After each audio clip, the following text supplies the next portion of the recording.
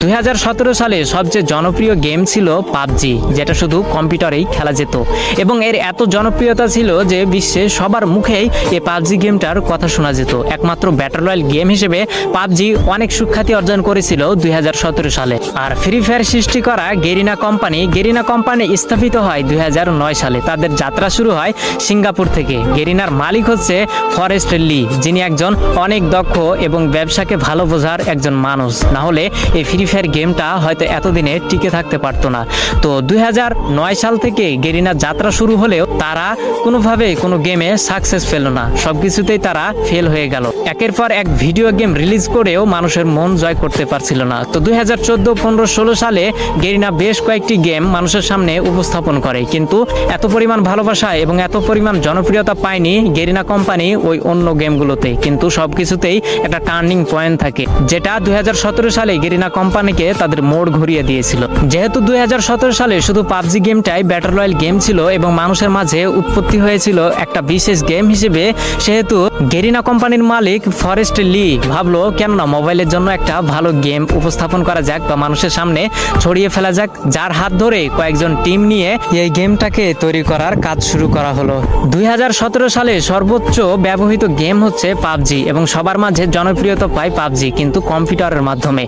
ফোনের মাধ্যমে এই পাবজি গেম এতটা জনপ্রিয়তা পায়নি। সেই সুযোগটাকে কাজে লাগিয়েছে গেরিনার কোম্পানির মালিক ফরেস্ট লি তৎক্ষণাৎ ভেবে উঠলো যে মোবাইলের জন্য একটা গেম তৈরি করা যাক, যে গেমটি অনেক কম দামি ফোনেও যেন সাপোর্ট খায়। তো যার জন্য কয়েকটি টিম গঠন করে গেরিনার কোম্পানি ফরেস্ট লি কাজ করা শুরু করলো। 2017 সালের প্রথম দিকে এই ফ্রি ফায়ারটাকে তৈরি করা শুরু করলেও 23 আগস্ট 2017 সালে এই গেমটাকে পুরো বিশ্বে ছড়িয়ে দেয় গেরিনা কোম্পানির মালিক ফরেস্ট লি, যেটি একটি সিঙ্গাপুর কোম্পানি এবং সিঙ্গাপুর থেকে এর হেডকোয়ার্টার এবং পুরো গেমটাকেই পরিচালনা করা হয়। তো 2017 সালে যখন সাধারণ মানুষ সাধারণ ফোনে এই গেমটাকে খেলতে পারতো, তখন পাবজির জনপ্রিয়তা ধীরে ধীরে কমতে শুরু করলো এবং যেহেতু কম দামি ফোনেও ফ্রি ফায়ার গেমটাকে খেলা যেত, যার জন্য সবাই এই ফ্রি ফায়ার গেমে ঢুকে পড়লো। তার দেখা দেখি পাবজিও 1 বছর পরে তাদের মোবাইল ভার্সন বের করলো, কিন্তু অনেকটা দেরি করে ফেলেছিল পাবজি, কারণ সাধারণ মানুষের মনে এই ফ্রি ফায়ারটা অনেকটাই জায়গা করে নিতে পেরেছিল।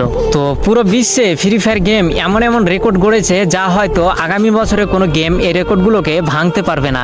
তেমনই দুটি জনপ্রিয় রেকর্ড হচ্ছে 2019 সালে সর্বাধিক প্লে স্টোর থেকে ডাউনলোড করা গেম হচ্ছে ফ্রি ফায়ার গেম, যার জন্য প্লে স্টোর থেকে তাকে অ্যাওয়ার্ড দেওয়া হয়, এবং 2020 সালে দৈনিক 80 মিলিয়ন অ্যাক্টিভ ইউজার এই গেমটি অর্জন করে ধরে রাখতে পেরেছিল, যার জন্য এটি একটি বিশ্ব রেকর্ড হয়েছিল।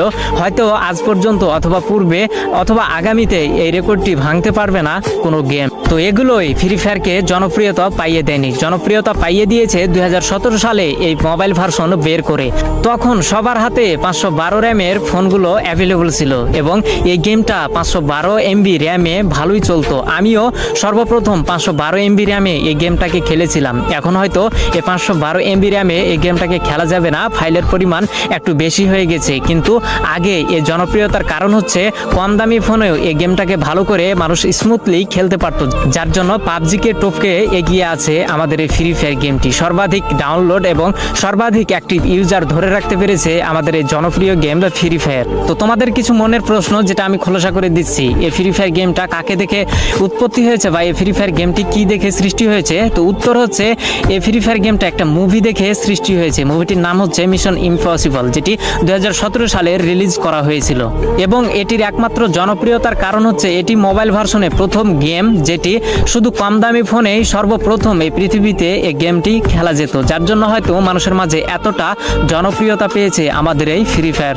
তো তোমরা অনেকেই আছো তোমাদের বন্ধু বান্ধবের সাথে তর্ক করো ফ্রি ফায়ার গেম আগে এসেছে, পাবজি গেম আগে এসেছে। তো এর উত্তর হচ্ছে পাবজি গেম কম্পিউটার ভার্সনে সবার আগে এসেছে এবং ফ্রি ফায়ার গেমটি মোবাইল ভার্সনে সবার আগে এসেছে। তো তোমাদের কাছে আমি প্রশ্ন রাখলাম, তাহলে কোন গেমটি আগে এসেছে? আসলে দুটো গেমই একসাথে এসেছে। তারপরেও জানি না পাবজি কেন ফ্রি ফায়ারের উপরে এত কেস বসিয়ে দিচ্ছে। আসলে ফ্রি ফায়ারকে এতটা জনপ্রিয়তা হতে দেখে হয়তো নিচে নামানোর জন্যই এসব কাজ করছে পাবজি। তবে ফ্রি ফায়ার গেম যেহেতু নন কপি, সেহেতু এই ফ্রি ফায়ার গেম আরো সামনে এগিয়ে যাবে, তাকে কেউ বাধা দিয়ে রাখতে পারবে না, এটাই হচ্ছে বাস্তবতা। তো